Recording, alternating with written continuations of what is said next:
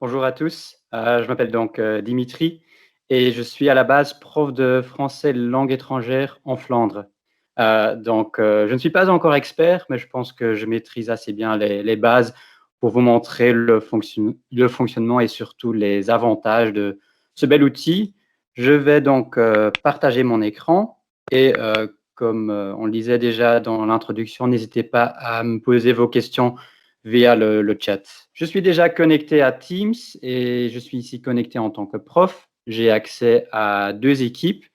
Je vais prendre celui de français et je vais vous montrer d'abord où dans Teams vous allez pouvoir trouver BookWidgets parce que le vrai avantage, c'est que c'est vraiment intégré dans Teams. Donc là, je vais dans une de mes équipes et vous voyez que j'ai déjà fait quelques tests hier, entre autres. Donc, dans la liste des publications récentes, il y a déjà des éléments de BookWidgets qui ont été partagés. Sinon, j'ai ici, parmi les onglets en haut, je vais peut-être faire un petit zoom, j'ai l'onglet BookWidgets qui est disponible chez moi. Vous pouvez cliquer sur le plus et chercher BookWidgets.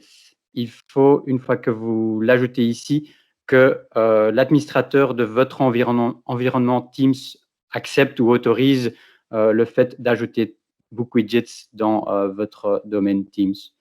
Une fois que c'est fait, vous allez trouver donc BookWidgets parmi les onglets proposés. Et là, si vous cliquez la première fois, vous allez encore devoir créer un compte. Vous pouvez créer un compte avec un essai gratuit de 30 jours. Donc, vous allez pouvoir le faire directement ici. Vous ne devez pas aller sur le site de BookWidgets, vous le faites vraiment à partir de Teams, que vous connaissez déjà, que vous utilisez déjà. Et donc ici, sur l'onglet BookWidgets, vous allez pouvoir créer votre compte ou vous connecter. Moi, je me suis déjà connecté et donc je l'ai ici. Et j'ai ici donc le site de BookWidgets qui est intégré dans Teams. Ça, c'est vraiment l'avantage. Je ne dois pas aller regarder sur le site de BookWidgets. Je peux travailler à partir de Teams. À préciser aussi, ici, ce qu'on voit ici, c'est l'aperçu prof. Donc ici, on a quelque chose que les élèves ne vont jamais voir. C'est ici qu'en tant que prof, je vais pouvoir créer les exercices et ensuite les partager avec les élèves. Les élèves, eux, vont uniquement voir les exercices même et pas tous les exercices, uniquement les exercices que je décide de partager avec eux. Donc ça nous permet d'ailleurs de préciser pour, celles et ceux en fait, tu vois, qui découvrent BookWidget que BookWidget appartient à la catégorie d'applications de type exerciceur justement, hein, donc qui va permettre de créer différentes activités, que voilà, on va un peu détailler ça évidemment après, mais comme ça vous le situez un peu plus sur la cartographie des apps, hein, donc ça vient vraiment dans un complément avec des Microsoft Forms, avec des devoirs Teams, voilà, on est plus dans cette catégorie finalement de choses. Pour vous montrer un peu ce que c'est, je me suis rendu tout simplement sur le site web bookwidgets.com. Si le site s'affiche en anglais, vous pouvez cliquer sur le globe et choisir français. Donc, tant le site et l'application même et quasiment toute l'aide en ligne de BookWidget est disponible en français. Donc, effectivement, c'est un outil qui permet de créer des exercices en ligne avec un certain nombre d'atouts, notamment une correction automatique qui est possible. Ça vous fera gagner beaucoup de temps. Il y a d'autres avantages. Une des choses qui m'a beaucoup plu, c'est le fait de pouvoir créer beaucoup de différents types d'activités. Il y a des quiz, il y a des jeux. Vous allez le voir tout de suite. En fait, il y a un exemple juste en dessous. Vous avez la machine à sous pour pratiquer le vocabulaire, par exemple. Vous avez des exercices où les élèves doivent dessiner certaines choses sur l'image, des activités avec des images à mettre dans le bon ordre et ainsi de suite. Un des autres atouts, c'est l'envoi de feedback aux élèves. Et ça aussi, c'est intégré entièrement dans Teams. Je vais vous montrer tout à l'heure comment ça fonctionne. Mais si un élève a envoyé un travail, vous allez ajouter des commentaires, vous allez peut-être donner une note et vous allez pouvoir envoyer ça aux élèves. Et finalement, un truc intéressant, c'est les live widgets. Donc ici, je suis toujours sur le site de BookWidgets, mais on vous montre un exemple de live widgets. Qu'est-ce que c'est? Si vous donnez peut-être demain après-midi un travail aux élèves et ils vont commencer tous en même temps. Mais il y a certains élèves qui vont avancer plus rapidement. Et ici, vous avez un tableau avec les noms de tous les élèves et vous allez voir, l'autre image qui va réapparaître juste après vous montre que certains élèves avancent plus rapidement alors que d'autres sont toujours à la première question. Tout cela, je vais vous montrer en détail. Et puis, le dernier atout, c'est l'intégration dans des plateformes telles que Teams. Pour vous donner quelques exemples d'exercices qu'on peut créer avec BookWidgets, j'en ai quelques-uns ici. Donc là, j'ai un exercice où on a un certain nombre de questions pour les élèves et il y a vraiment tout type de questions. Il y a ici, ce sont des questions sur un texte. Donc, il y a des questions ouvertes, des questions à choix multiples, des questions avec des images à mettre dans le bon ordre, un vrai, faux, etc. Et en fait, le texte, on peut donner le texte aux élèves ou l'envoyer, peut-être publier sur Teams, ou peut-être c'est un texte qu'ils trouvent dans le livre. Mais sinon, et vous l'avez peut-être déjà vu, le texte peut aussi apparaître à côté de l'exercice. Et ça, je trouve très pratique parce que là, sur un écran, l'élève va avoir ici à droite le document PDF et à droite les questions. Et quand il est en train de lire, il peut agrandir l'image à droite. Et lorsqu'il est en train de répondre aux questions, il peut peut-être plus faire ceci et donc faire apparaître les questions. J'ai le même type d'exercice, mais au lieu d'avoir un document PDF, j'ai ajouté une vidéo. C'est mon exemple ici. C'est le premier widget que j'ai créé moi-même, donc là je suis un peu fier, mais c'est sur une chanson. C'est un exercice que j'ai d'ailleurs réellement fait, mais à l'époque c'était encore en version papier. Donc la chanson à gauche, donc vous voyez que c'est le même principe. Ici on l'a inversé, le document se trouve à gauche, les questions à droite, et le document ici n'est pas un PDF mais une vidéo. Et puis, j'ai mes questions à droite, avec entre autres aussi un tableau et des questions où les élèves doivent combiner les deux colonnes. Et vous voyez que j'ai ajouté des pièges parce qu'il y a plus de réponses à droite qu'à gauche. Donc, il y a des pièges pour que ce soit pas trop facile non plus. Donc, ça, c'est un peu le principe. Et à la fin, j'ai demandé aux élèves leur avis. Donc, ils peuvent enregistrer ce qu'ils en pensent. Ils vont m'envoyer l'extrait audio. Ça aussi, en tant que prof de langue, je trouve très intéressant parce que ça permet de faire vraiment de l'expression orale avec ce genre de questions. Je vois qu'il y a des questions qui arrivent. Je vais regarder tout de suite. Non, Mais, mais je l'ai préparé, t'inquiète pas, j'attendais voilà, que ah, tu finisses ton point. Donc, parfait. J'ai il encore. y a certaines choses voilà, auxquelles j'ai répondu un peu dans le chat, hein, notamment Martin qui se demandait si l'inscription à BookWidget doit-elle être faite avec la même adresse mail que celle qui est utilisée pour se connecter à Teams. Ben, je me suis permis de préciser que ça se faisait en fait automatiquement quand on se connecte à BookWidget au travers de Teams, comme tu l'as montré tout à l'heure, puisque c'est la même identité numérique qui va Oui. se retrouver dans les deux outils. Et c'est d'ailleurs nécessaire pour pouvoir communiquer efficacement les BookWidgets dans Teams. Il vaut mieux que ce soit le même compte. Nicole posait deux questions intéressantes. Je vais commencer avec sa dernière question. Elle demandait est-ce que BookWidget intègre un lecteur immersif, comme le lecteur immersif développé par exemple par Microsoft? Normalement, oui. En fait, il y a un paramètre lorsque vous créez des exercices qui permettent de dire si les élèves peuvent, oui ou non, sélectionner le texte, donc les consignes, entre autres.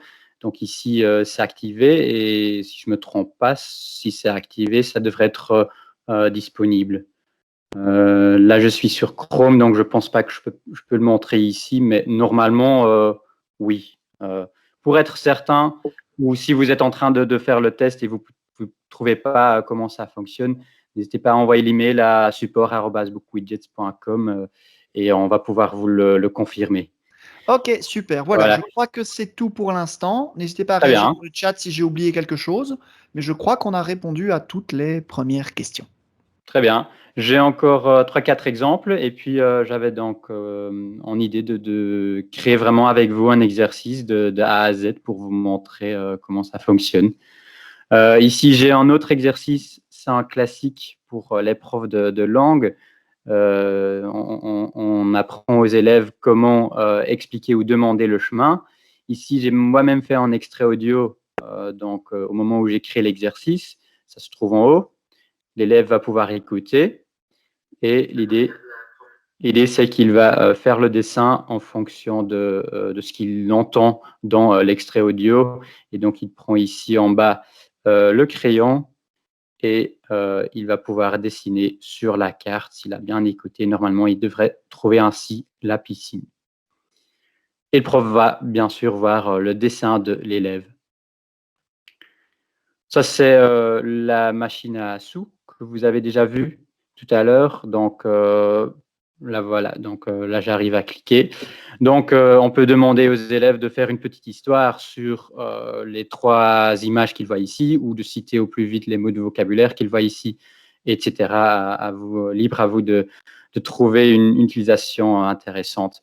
Il y a des choses intéressantes pour les profs de maths, mais je ne suis pas assez fort en maths pour vous raconter en détail comment ça fonctionne, mais je vais vous montrer où ça se trouve, comme ça vous pouvez aller regarder. Si vous êtes prof de maths ou de sciences, vous pouvez aller regarder vous-même par après. Il y a moyen aussi d'intégrer ou de faire des choses plus complètes et donc d'intégrer en fait plusieurs widgets. C'est le nom qu'on a donné aux exercices, hein, d'intégrer plusieurs widgets dans un autre widget. Donc, j'ai ici une sorte de liste des choses à faire, si vous voulez, hein, une sorte de, je pense que ça s'appelle le planificateur. Et c'est pour un cours de français, toujours sur la littérature française. Et on propose aux élèves un parcours. Et derrière chaque image se trouve un lien vers un autre exercice. Donc, si l'élève clique par exemple sur le XVIe siècle, il va voir ici un nouvel exercice avec d'abord un peu de théorie, en vidéo, en images, etc. Et puis en dessous, il a les exercices. Quand il a terminé, il va retourner à l'aperçu et il peut cocher le XVIe siècle parce que voilà, ça, il a déjà fait. Il peut passer au XVIIIe siècle, c'est le même principe. Donc, voilà, je pense que vous comprenez le principe. Il peut revenir sur l'aperçu, il va cocher le XVIIIe siècle et s'il a fait le tout, et ici, ce n'est pas un exercice qu'on va faire pendant 1 heure de cours, hein, c'est plus quelque chose pour peut-être même toute une année scolaire. Et à la fin, l'élève va sur la ligne du temps et il va indiquer pour chaque siècle le nom du siècle et une œuvre littéraire qui a marqué ce siècle, justement. Comme ça, il est un peu le résumé. Donc, il y a des choses intéressantes pour les profs d'histoire aussi, mais pas que, avec ces lignes de temps. Ici, la ligne de temps se trouve déjà dans le bon ordre, mais on peut aussi créer des lignes de temps où on demande aux élèves de mettre justement les événements historiques dans le bon ordre. C'était mon dernier exemple. Alors, je vais vous montrer comment on peut créer des widgets. Donc, je suis retourné à mon compte prof dans Teams et je vais donc ici cliquer en bas sur le bouton Créer un widget. Et là, vous avez la grande diversité des widgets, donc des exercices qui sont proposés. En vert, vous avez des choses qui sont plus classiques, hein, les quiz, les feuilles de travail, la feuille de travail fractionnée que vous avez vu avec le document PDF ou la vidéo et les questions à l'autre côté de l'écran. Il y a des jeux qui sont ici proposés en orange, les mots croisés, le jeu du pendu, le hasard, trouver des différences, etc. Les images et vidéos pour des choses très interactives, des exercices pour les profs de maths ou de sciences, et vous pouvez intégrer d'autres applications dans vos widgets. Et finalement, donc, le planificateur, c'est l'exemple que vous avez vu sur la littérature française. Vous voyez de petites icônes. La caméra, ça veut dire qu'avec ces widgets-là, il y a moyen de suivre en direct les élèves via les live widgets, comme je vais vous le montrer tout à l'heure. Et puis, les exercices avec une coche, ce sont les exercices où il y a moyen de corriger l'exercice et d'envoyer les réponses ou les corrections aux élèves. Alors, je propose de créer une feuille de travail fractionnée parce que j'aime vraiment ce type de widget où on a les 2 écrans avec le document à gauche ou à droite et puis les questions à côté. Donc, une feuille de travail fractionnée. Et là aussi, vous l'avez compris, je suis à la base prof de français langue étrangère et je suis fan de musique et j'aime bien utiliser la musique dans mes cours. Donc, on va travailler sur un classique de Jacques Dutronc, la chanson « Et moi, et moi, et moi ». Donc, je l'ajoute tout simplement ici en tant que titre pour cet exercice. C'est quand même pratique d'avoir le titre. Déjà, dans la liste de nos exercices, on va trouver le titre et aussi pour les élèves, ça sera visible en haut. Et puis, logiquement, ici, parmi toutes les options, on va travailler, on va commencer en haut et puis on va passer en revue toutes les options. J'en profite d'une petite question pertinente de Oui, Martin. Il demande, au niveau de l'interface vraiment des book widgets, est-ce que c'est adapté aussi bien sur PC, tablette que smartphone? Quand un élève, par exemple, va devoir les compléter, est-ce que c'est prévu pour tout type de support au niveau de l'affichage? oui, je confirme. Oui, donc sur une tablette ou un smartphone, ça sera possible. Oui. Je vais ici commencer par la partie texte. Donc, la partie texte, c'est là qu'on va mettre le document source pour les élèves. Et j'avais déjà préparé, donc, ou en tout cas, j'avais déjà cherché la vidéo. Vous avez peut-être vu, si je reviens sur ce navigateur-ci, je l'ai ici, donc, la chanson. Il suffit tout simplement de copier l'adresse URL et puis on va la coller ici via l'icône avec la caméra. Donc là, on a moyen d'ajouter une vidéo YouTube, par exemple. Donc, je fais tout simplement coller le lien URL, je confirme et ça va apparaître ici. À tout moment, si vous voulez avoir une idée de à quoi votre widget ressemble, il y a un bouton que je vais tout le temps utiliser, c'est le bouton aperçu. Donc, si je clique sur l'aperçu, j'ai à gauche la vidéo et à droite, tout à l'heure, on va ajouter les questions. Donc, je vais retourner et on va ajouter des questions. Et on va ajouter une première question. Et là, j'ai préparé un tout petit peu. Donc, j'ai sur mon deuxième écran déjà quelques questions pour ne pas trop perdre de temps. Je cherche ici. Voilà. La première question, c'est tout simplement, je vais demander aux élèves, vous entendez quels instruments de musique dans la chanson? Donc, je vais cliquer sur Ajouter une question. Et je vais leur proposer plusieurs, ou plusieurs réponses. Donc, c'est une question à choix multiples, mais il y a plusieurs bonnes réponses, donc il me faut celui-ci. Mais ici, vous avez vraiment, je pense qu'il y a plus de 40 types de questions. Des questions en tableau, des questions où les élèves doivent indiquer des choses sur une image, où on va leur demander d'ajouter une photo, de mettre des choses dans le bon ordre, etc. Donc ici, je vais prendre la question à choix multiples avec plusieurs bonnes réponses.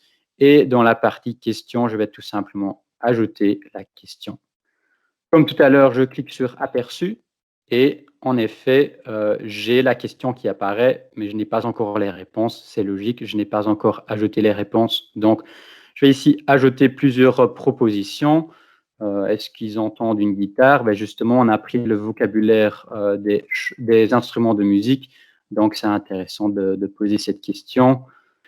Si vous voulez une correction automatique, il suffit d'indiquer ici les bonnes réponses. Et les bonnes réponses, si je ne me trompe pas, c'est une guitare, une batterie et un chanteur. Voilà, donc là, le système a ce qu'il lui faut pour corriger automatiquement l'exercice tout à l'heure. Sous la question, j'ai encore quelques options supplémentaires. L'ordre aléatoire des réponses, oui, pourquoi pas. Et disposition en plusieurs colonnes, pourquoi pas.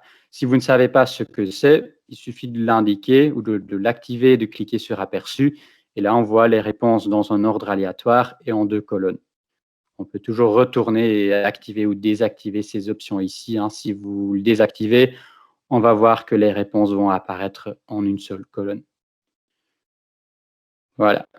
Et puis pour chaque question, il y a encore, je pense, 5 ou 6 options ici en dessous qui peuvent être intéressantes. Vous n'allez, je pense, pas toujours paramétrer le tout, mais par exemple, l'explication, qu'est-ce que c'est? Si l'élève, après avoir envoyé son travail, va voir les corrections, vous pouvez ajouter une explication. Vous pouvez aussi donner des indices.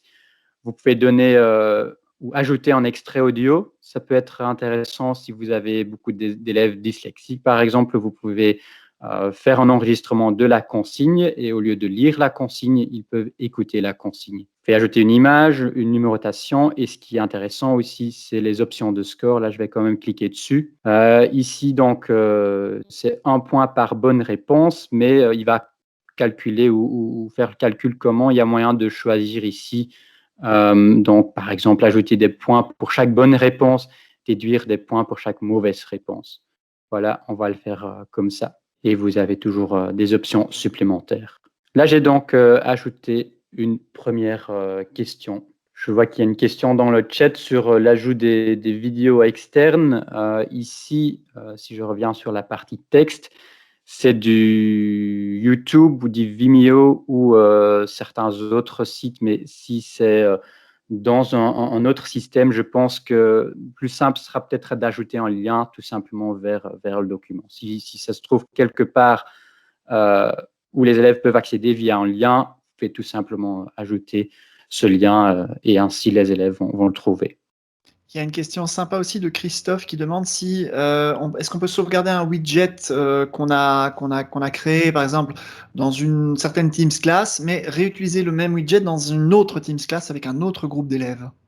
Oui, ça sera possible. Oui, parce que c'est vrai, ici, je travaille dans l'équipe, dans le team français, mais tout à l'heure, au moment où je vais partager, et je peux déjà le dire, ça sera avec le bouton qui se trouve ici, le bouton en haut, partager. Là, le système va me demander, vous voulez le partager avec ou dans quelle équipe? Ici, français ou dans une autre team, une autre équipe. Donc, c'est tout à fait possible. Votre travail ici, que vous faites ici, peut être réutilisé dans d'autres teams aussi, sans problème. Je vais ajouter une Très deuxième super question. content grâce à toi. Ah, super. Je vais ajouter une deuxième question. Donc, je clique tout simplement sur Ajouter une question. Et cette fois-ci, je vais regarder. J'ai une question. En fait, c'est le type d'exercice de texte à trous. Donc, je vais regarder. C'est question avec espace vide à remplir. J'ai choisi cette chanson pour une raison particulière, c'est-à-dire c'est une chanson avec beaucoup de nombres. Et si vous êtes prof d'une langue moderne, il y a sans doute un moment où vous devez apprendre à vos élèves les nombres. Et donc ici, je n'ai pas repris toutes les paroles, mais la première ligne de chaque strophe où Jacques Dutronc cite un chiffre ou un nombre. Et donc, on va demander aux élèves de compléter les nombres. Pour indiquer à BookWidgets ce que les élèves doivent compléter, vous le mettez entre doubles chevrons. Et si vous ne savez pas, d'ailleurs, s'il y a quelque chose dont vous ne savez pas comment ça fonctionne, BookWidget vous l'explique dans la plupart des cas. Parce qu'ici, il y a une petite phrase qui me raconte ce que je dois faire. Et donc là, en effet, hein, il dit mettez les bonnes réponses entre les doubles chevrons. Je vais voir ce que ça donne pour les élèves et je vais cliquer encore une fois sur l'aperçu. Et on a la deuxième question qui apparaît avec effectivement un champ où l'élève va pouvoir compléter la bonne réponse. Donc, il suffit de faire la même chose pour les autres nombres. Et j'ai déjà précisé dans la consigne, je pense, que, donc je vais vérifier comme ça, l'aperçu. Il ne faut jamais oublier la consigne, bien sûr. Et là, c'est parfait, hein. Donc, les élèves vont pouvoir compléter ici les nombres retour. Juste une petite chose, j'ai demandé aux élèves dans la consigne de le compléter en chiffres. Si un élève qui n'a pas bien lu la consigne et qui l'écrit en toutes lettres, le système ne va pas l'accepter comme étant une bonne réponse. Si vous êtes de bonne humeur ce jour-là, vous pouvez quand même par après dans la correction, donc il y a une correction automatique par le système, et puis vous pouvez dire, OK, ça j'accepte quand même comme bonne réponse. Mais vous pouvez même prévoir cela à l'avance, et je vais encore une fois regarder ici, parmi les explications un peu plus détaillées, il y a moyen d'avoir plusieurs bonnes réponses qui sont acceptées. Donc ici, par exemple, la capitale des États-Unis est Washington, D.C. ou Washington tout court. Les deux sont acceptés parce qu'on a mis les doubles dièses entre les deux bonnes réponses. Donc je pourrais faire ceci, 80 en chiffres ou en toutes lettres. Ici, le système va accepter les deux. Voilà. Est-ce que le système est sensible à la casse? Vous le choisissez vous-même. Ici, je ne vais pas le faire. De toute façon, ce sont des chiffres. Mais si c'était une question ou un exercice sur les nationalités et les pays, en effet, là, je pense que c'est intéressant de l'activer. C'est OK pour notre deuxième question. On va en ajouter encore 2. Donc ici en bas, je clique sur ajouter une question et j'ai préparé une petite carte. Donc je vais prendre l'image à noter. Et comme toujours, j'ajoute d'abord la consigne. Je vais leur demander d'indiquer sur la carte certains pays qui sont cités dans la chanson. Et donc, on va ajouter la carte. Et là, j'ai préparé déjà une petite carte. Donc, je vais choisir à partir de mon ordinateur. On peut aussi chercher ici via une base de données qui est disponible ou depuis Google Drive. Pas encore depuis OneDrive. Peut-être dans le futur, oui, ça, je ne le sais pas. Je Il vais faudra bien y choisir, travailler, hein. oui, je vais choisir une image. Donc, j'avais déjà préparé quelque chose. Voilà. Je vais vérifier via le bouton aperçu. Et la carte apparaît correctement. Je vais demander d'indiquer sur la carte 3 pays. Je dois bien sûr moi-même indiquer les réponses. On va ajouter ce qu'on appelle des champs de saisie. Il y en avait 3. Donc, le premier, c'est par exemple la Chine. Donc, la réponse correcte, c'est la Chine. Je vais sur la carte et la Chine, c'est ici. Donc, voilà, terminé. Le deuxième, c'était le Vietnam. Je vais sur la carte, c'est plus ou moins ici. Voilà. Et le dernier, c'était l'Indonésie.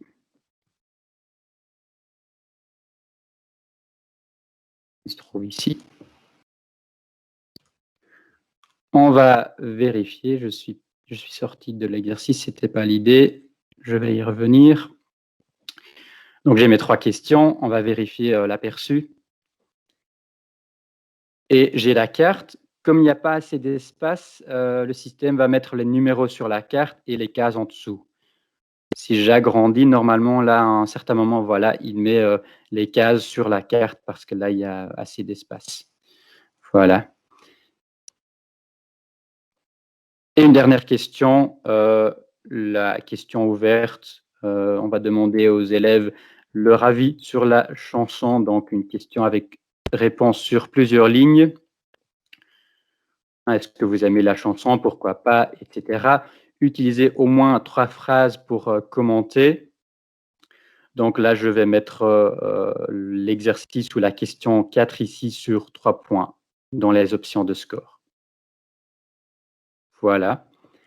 On va vérifier une dernière fois.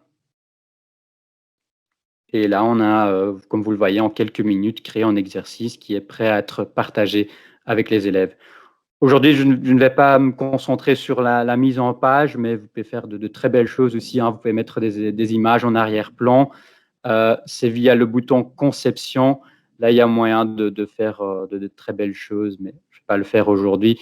Donc, je retourne à l'exercice. Mais c'est vrai que c'est vraiment très rapide à créer, hein. C'est assez impressionnant parce que ta démo en temps réel nous permet quand même de voir une construction d'un exercice, très très pragmatique, je dirais. C'est vraiment le type d'exercice qu'on pourrait faire dans des classes, hein, et Oui, je trouve qu'en effet, c'est très fluide, c'est assez naturel et intuitif comme oui. construction, j'aime beaucoup. Mais en fait, l'exercice que je crée ici, c'était un des premiers cours pendant un de mes premiers stages. C'était réellement l'exercice que j'ai utilisé à l'époque. Et donc, vous voyez que ça s'adapte au numérique et c'est toujours. Voilà, la chanson aussi est toujours d'actualité, je trouve. Donc, c'est pour ça que je l'ai choisi aussi. Et là, il est prêt à être partagé avec les élèves. Il y a juste encore quelques options intéressantes et importantes à vérifier ou à paramétrer éventuellement. Ici, notamment dans la partie titre et rapport. Là, il y a des options très importantes, surtout celui-ci. Activer l'envoi des réponses. Par défaut, il est activé. Ça veut dire les élèves peuvent envoyer les réponses au prof. Je pense que dans 95% des cas, c'est ce qu'on veut. Si maintenant vous avez quelque part des exercices de révision où toutes les questions sont corrigées automatiquement et où vous dites ça c'est vraiment pour les élèves, ils peuvent s'exercer, je ne vais pas regarder moi leurs réponses. Là, vous pouvez éventuellement désactiver, mais je pense que dans la plupart des cas, vous voulez recevoir les réponses des élèves. Je ne vais pas passer en revue toutes les options parce qu'il y a vraiment des choses intéressantes, mais voilà, il y a beaucoup aussi. Donc, pour aujourd'hui, je vais me concentrer sur le principal.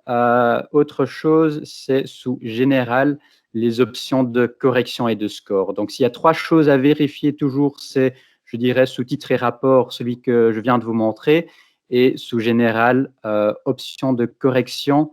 Je vais cliquer dessus. Afficher les bonnes réponses lorsque le quiz ou l'exercice est terminé. Donc ici, l'élève va voir les bonnes réponses dès qu'il a cliqué sur envoyer. Parfois, c'est ce qu'on veut, parfois on ne le veut pas, donc on peut aussi le désactiver. Et puis, les options de score, on en a déjà parlé, mais on peut montrer aux élèves, voilà, là c'est une question à 3 points, là c'est une question à 2 points, pour leur donner une importance ou une idée de l'importance de chaque question. Sinon, je pense que voilà, on peut leur donner un certain nombre d'outils comme une calculatrice. Ici, c'est pas pertinent du tout, donc je vais pas l'activer. Donc là, je pense qu'on est prêt, on peut le partager avec les élèves. Et comme je l'avais déjà annoncé tout à l'heure, il y a le mot partager qui se trouve ici en haut. Lorsque vous cliquez dessus, il va le partager avec les élèves. Voilà. Donc là, vous pouvez dire, et c'est une question qu'on m'a posée tout à l'heure, est-ce qu'on va partager ça dans le cours français ou dans un autre cours? Je vais vérifier, mais on peut même cocher les deux. Je vois. Donc ici, je vais uniquement le mettre dans français. Je peux encore ajouter une consigne supplémentaire, hein. Donc voici l'exercice sur la chanson. Et on peut le créer en tant que devoir dans Teams, on peut le créer directement ou d'abord en tant que brouillon. Et si je ne me trompe pas, là aussi, si vous le créez d'abord en tant que brouillon, il y a moyen de l'envoyer à une sélection d'élèves. Donc, si vous avez un exercice de révision qui n'est pas pour tous les élèves, il y a moyen de le faire ici normalement. Là, je vais tout simplement le publier pour tous les élèves. Donc, voilà, je pense que c'est fait. Je vais vérifier sous la partie devoir, mais il y a des notifications qui arrivent et qui me confirment qu'en effet, j'ai créé ici un devoir qui se trouve ici et que mon élève va maintenant pouvoir compléter. Donc, je vais prendre ici, dans un autre navigateur, j'ai l'élève. C'était ici dans Firefox, voilà. Donc là, j'ai français. Je regarde en tant qu'élève et je retrouve déjà dans la liste des publications le travail que mon prof vient de publier. Je vais aussi le trouver dans la partie devoir. L'élève peut cliquer dessus et là, il a le lien direct vers l'exercice. Très Voilà. chouette. Alors, on a quelques questions. Enfin, il y avait une remarque de Cathy, Oui. hein, qui disait que ça avait vraiment l'air simple à appréhender. Elle trouvait ça top. Alors, Christophe qui revient avec la question qu'on avait mise de côté tout à l'heure, hein, c'est faut-il une licence payante, hein, et donc forcément, on se doute ici que oui, puisqu'on avait expliqué que on a droit à un essai de 30 jours, hein, c'est bien ça, Dimitri, gratuit, quand on se connecte sur BookWidget la première fois. Qui dit essai gratuit de 30 jours veut dire qu'évidemment, à un moment donné, il faut souscrire pour pouvoir l'utiliser. Ça, je pense qu'on donc traitera ça vraiment juste ici à la fin. On a Oui. aussi Annick qui demandait si le partage se fait toujours via les devoirs dans Teams ou est-ce qu'on peut partager aussi du BookWidget via le mur de publication d'une équipe, le chat. Oui, je pense que via les devoirs, c'est vraiment le plus pratique pour avoir je dirais le flux correct de l'envoi Ouais, de la et le correction suivi aussi. et feedback et le suivi. Il y a toujours moyen parce que pour chaque exercice BookWidget, il y a un lien qui va être généré. Il y a toujours moyen de partager ce lien d'une autre manière et même en dehors de Teams. mais pour avoir ce processus de manière correcte et avoir les avantages au niveau des widgets en direct que je vais vous montrer maintenant et la correction après, le plus pratique, c'est vraiment de partager via les devoirs. Alors, je vais ici faire l'exercice en tant qu'élève et je vais prendre à droite la vue du prof et je vais prendre les live widgets. Donc, voilà, on retrouve déjà mon test de hier et l'exercice sur Jacques Dutronc parce qu'il y a une activité récente. Donc, je rappelle, hein, à gauche, c'est l'élève qui va faire l'exercice et à droite, il y a le prof qui va pouvoir suivre en direct ce que les élèves font. Et ici, voilà, comme je le fais en direct, je n'ai qu'un élève qui va faire l'exercice, mais imaginez-vous que vous avez 20 élèves qui vont faire l'exercice en même temps. Vous aurez dans ce tableau ici à droite les noms des 20 élèves et vous allez voir par élève l'avancement. Vous voyez la dernière activité et vous voyez les 4 questions que j'avais créées. Et là, on voit que l'élève ici est en train de répondre et que malheureusement, ça ne va pas trop bien pour la première question. Mais si l'élève écoute une deuxième fois et indique bien les bonnes réponses, là, on voit qu'en effet, c'est 3 sur 3 pour la première question. Et vous voyez vraiment que c'est du direct, hein. Dès que l'élève clique sur quelque chose, le prof voit l'effet à droite. Ici, les nombres, voilà, je vais les compléter. Donc, pour le deuxième, on avait indiqué aussi que l'élève pouvait mettre 80 en toutes lettres. Donc, ça aussi, ça va être accepté comme bonne réponse. Pour la troisième, c'était pas prévu. Donc là, le système ne va pas l'accepter. Donc voilà, l'élève peut ajouter ses réponses. Je ne vais pas partout mettre de bonnes réponses, je vais faire des erreurs aussi. Et donc le prof va pouvoir suivre en direct. Et si le prof voit, tiens, là, ça ne va pas trop bien pour cet élève, on peut même cliquer sur le nom de l'élève. Et si l'élève écoute une deuxième fois et il entend bien cette fois-ci qu'il y avait 500 milliards de petits martiens, on voit la réponse, c'est peut-être pas très grand, mais qui est modifiée en direct. Donc, il y a vraiment moyen de suivre. C'est presque un partage d'écran. On ne voit pas l'écran entier de l'élève, mais on voit quand même ce qu'il est en train de faire dans l'exercice. Voilà, je vais compléter le reste aussi. Il y a les 3 pays. L'élève va compléter Chine, Vietnam. Pourquoi est-ce qu'il a 0 sur 3? Parce qu'on avait prévu la Chine, le Vietnam et l'Indonésie avec à chaque fois l'article. Et on ne peut pas vraiment punir l'élève parce qu'on n'avait pas précisé dans la consigne, pas exactement, peut-être oui, mais bon, si on est de bonne humeur aujourd'hui, on va accepter les réponses sans article aussi. Vous voyez que le système donne 0 sur 3, mais nous, on va pouvoir dire, OK, on va accepter et on va donner ici 3 sur 3 parce que c'est correct pour le reste. Et puis pour la question ouverte, voilà, je vais inventer une réponse avec quelques erreurs, quelques fautes d'orthographe parce qu'on va les corriger par après. Voilà. Et l'élève a terminé et va pouvoir envoyer ça à son prof. Et le prof va le voir aussi, c'est un peu subtil, mais il y a une enveloppe qui indique que l'élève a envoyé ses réponses. Parfois, les élèves répondent bien à tout, mais oublient de cliquer sur envoyer. Donc là, il y a moyen aussi de vérifier.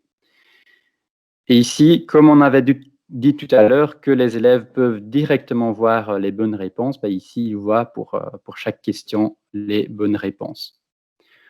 Donc jusque-là, la partie live. Je ne sais pas s'il y a encore des questions sur les live widgets, sinon on va passer tout à l'heure à la partie correction.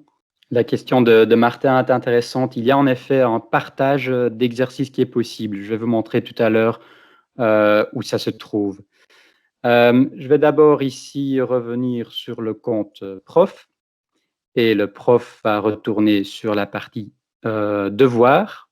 Il voit le devoir qu'il avait ajouté via BookWidgets et il voit qu'il y a un élève qui a remis ce devoir et que l'élève a déjà 8 sur 19, mais c'est après la première correction, on va modifier encore certaines choses et le résultat va changer. Donc là, je vais sur le résultat d'un élève. Si vous avez une liste de 20 élèves, vous prenez le premier ou un élève aléatoire et vous cliquez ici sur le travail de l'élève pour pouvoir le corriger. Et là, on voit donc la copie de l'élève. On a déjà un premier aperçu en haut. On voit qu'il y a une question où la réponse est entièrement correcte, deux où ce n'est pas le cas, et une question où il faut une correction manuelle. C'est la dernière question, la question ouverte. Donc, la première question, c'est parfait. Donc, je peux ajouter un commentaire. Je peux ajouter un commentaire général en haut, mais je peux aussi ajouter un commentaire au niveau de la question. Et donc là, je vais ajouter très bien. Pour la deuxième question, c'est 5 sur 10. 300, on va encore pouvoir l'accepter ici. On va tout simplement indiquer que voilà, c'est correct aussi. Et donc, le 5 sur 10 va changer en 6 sur 10. Et ici, voilà, on va donc accepter les 3 pays, même si l'élève n'avait pas mis les articles.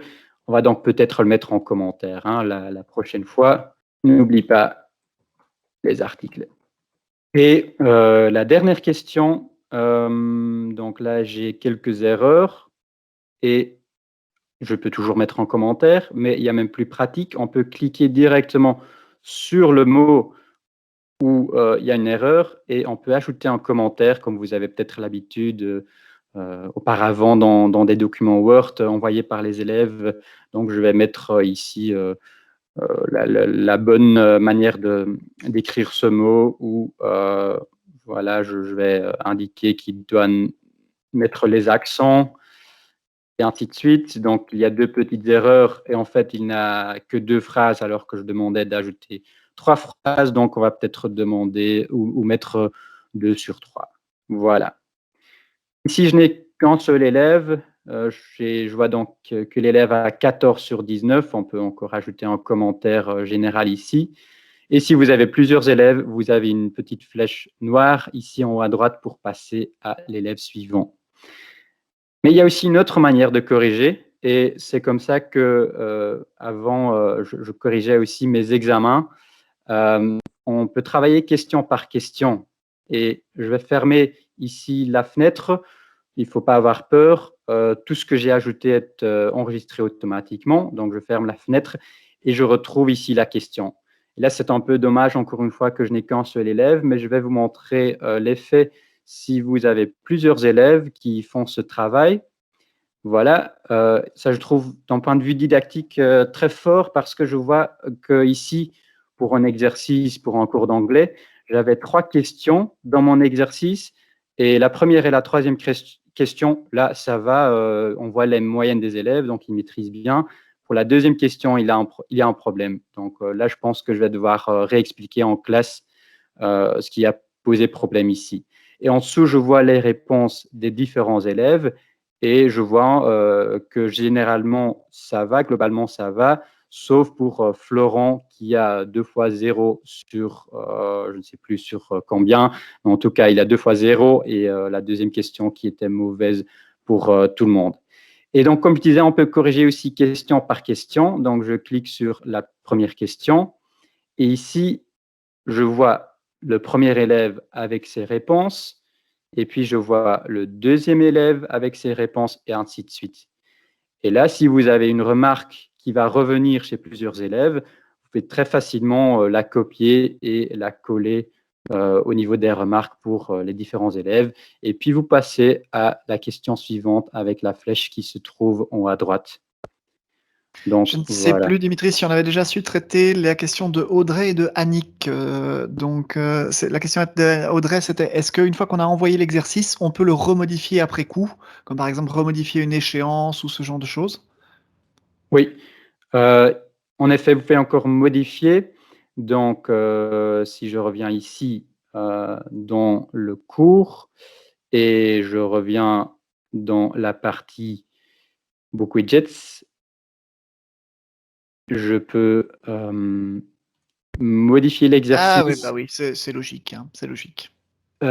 une chose qui est importante, si par exemple, je vais décider de mettre dans la question, parce qu'on l'a vu que le premier élève n'avait pas mis les articles, n'oublie pas de mettre les articles.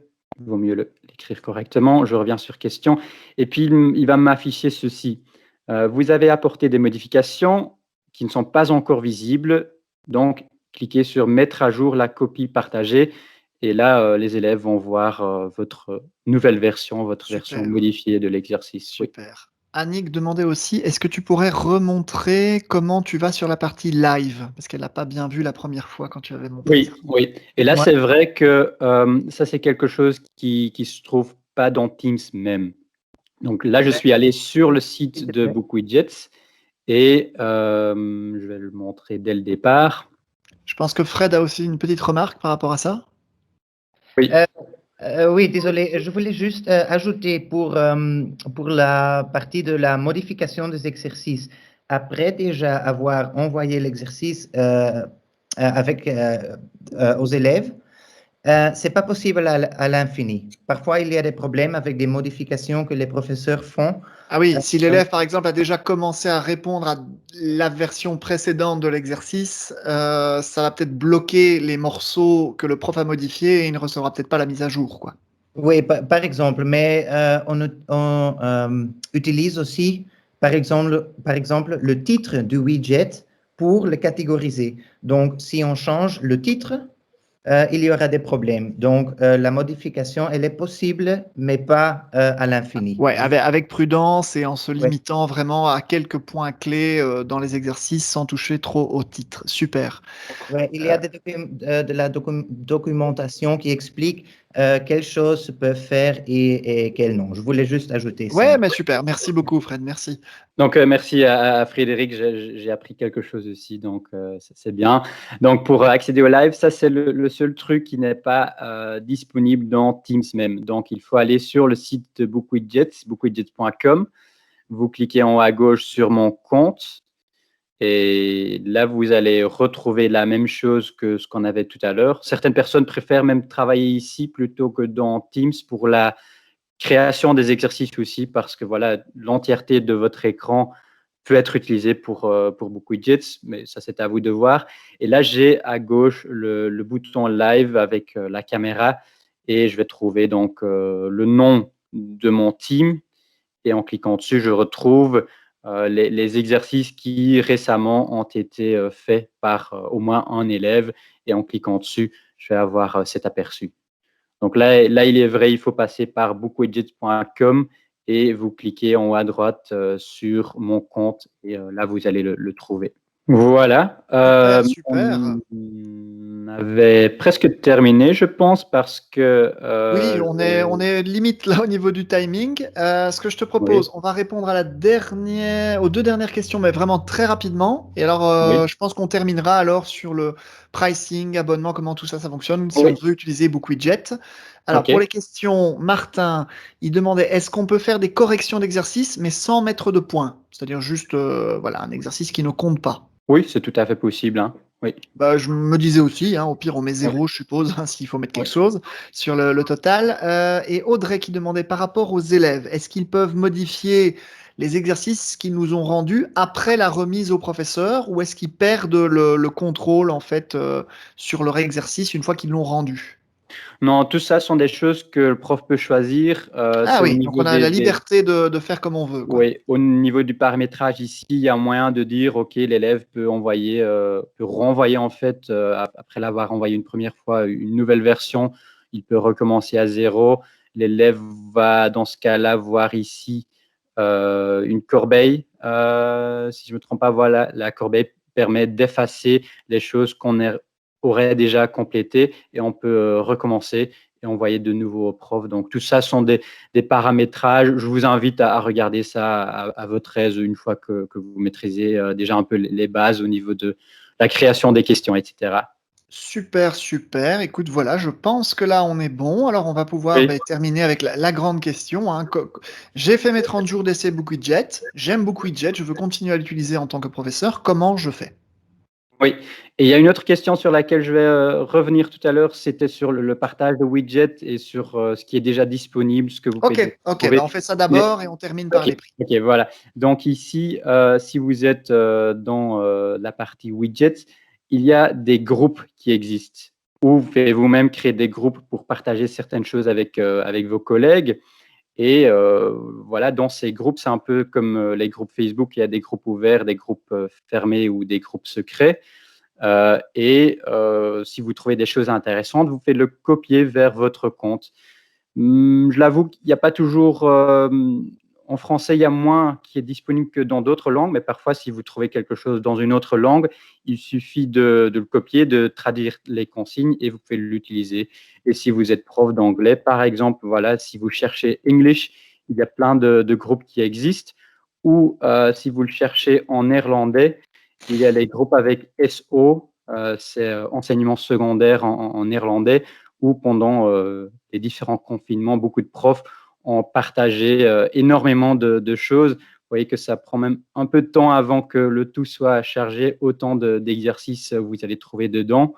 Et donc, si je vais regarder chez Skills, Listening, je vais retrouver voilà, ici quelque chose sur les British Pop Culture. Donc, je vais pouvoir afficher pour avoir une première vue sur l'exercice. Ici, on voit d'ailleurs qu'on a activé un timer. Donc, ils ont 50 minutes pour faire l'exercice. Tout cela sont des options que je ne vous ai pas présenté aujourd'hui, mais qui existent aussi. Et si ça m'intéresse vraiment, je vais dupliquer cela vers mon compte à moi et je vais encore pouvoir modifier certaines choses. Voilà. S'il y a encore des choses plus techniques sur ce genre de choses, n'hésitez pas à envoyer une question. Il y a d'ailleurs sur le site web ici, vous allez trouver l'adresse mail pour envoyer vos questions techniques. Et il y a aussi la partie qui vous intéresse, visiblement, les tarifs. Donc ici, vous avez un aperçu. Maintenant, si vous êtes plusieurs profs d'une même école à être intéressés par BookWidgets, je vous conseille d'envoyer un email parce qu'il y a des formules plus intéressantes si vous prenez via votre école. Donc, je ne vais pas pouvoir vous donner plus de détails non plus en plus de ce que vous voyez ici, mais en tout cas ici, vous pouvez le trouver. Je peux mettre le lien dans le chat, bien sûr, mais je ne connais pas plus en détail, pas encore, le fonctionnement des différentes formules. Donc, si je dois résumer, hein, d'après ce que tu dis ici, donc on peut spontanément, individuellement en tant que prof, s'abonner à BookWidget pour les tarifs qui sont indiqués ici. Oui, Mais évidemment, ben, c'est un principe que si au sein d'une école, on est beaucoup de profs à aimer BookWidget, on peut faire un groupe de 5 enseignants ou 10 ou plus. Et en fait, plus notre groupe d'enseignants intéressés à souscrire augmente, plus le prix diminue. Et il y c'est a ça. aussi des tarifs carrément pour école, quoi. C'est à C'est l'échelle de ça. toute l'école. Oui, oui, D'accord. oui, oui. Donc voilà. Ok, ok. Mais Si- donc je suppose que peut-être le plus simple, faisons pragmatique, si quelqu'un dans l'assemblée ou quelqu'un qui regardera la vidéo de ce webinaire est intéressé pour en savoir plus au niveau du prix, du tarif pour BookWidget, ben je suppose que le plus simple c'est de te contacter, toi ou Fred, pour que vous puissiez reprendre contact avec l'école et les aider à établir un prix précis en fonction du nombre de personnes à couvrir. C'est ça? Oui, c'est ça. Il y a l'adresse mail d'ailleurs qui se trouve ici en bas. Oui, c'est ça. Où, voilà. Oui. Info@bookwidget. Voilà. Donc, Magnifique. n'hésitez pas à envoyer un email. Oui. Super. Alors, Audrey posait une dernière question dans le prolongement. Si pendant ma période d'essai, j'ai créé des BookWidgets, ma période d'essai s'arrête, est-ce que je peux encore utiliser mes BookWidgets? Oui, vous pouvez encore les utiliser, mais vous ne pourrez plus les modifier. Et vous ne pourrez plus, logiquement, hein, c'est logique, vous ne pourrez plus créer de nouveaux widgets, mais tout ce que vous On avez peut créé, vous pouvez continuer à les continuer à utiliser, l'utiliser. mais voilà, Oui, mais on peut plus en oui, rajouter, on peut plus OK. oui. Donc voilà, donc pas de danger, Audrey. Tu peux t'amuser à tester plein de trucs. Ça n'aura pas, voilà, ça n'aura pas de risque. Si tu veux après continuer l'expérience BookWidget, tu garderas tout ça. Eh bien, écoutez, Fred Dim, merci beaucoup pour cette présentation. J'ai trouvé ça très clair, mais c'est un avis très personnel. J'invite les membres de l'Assemblée à donner leur petit feedback dans le chat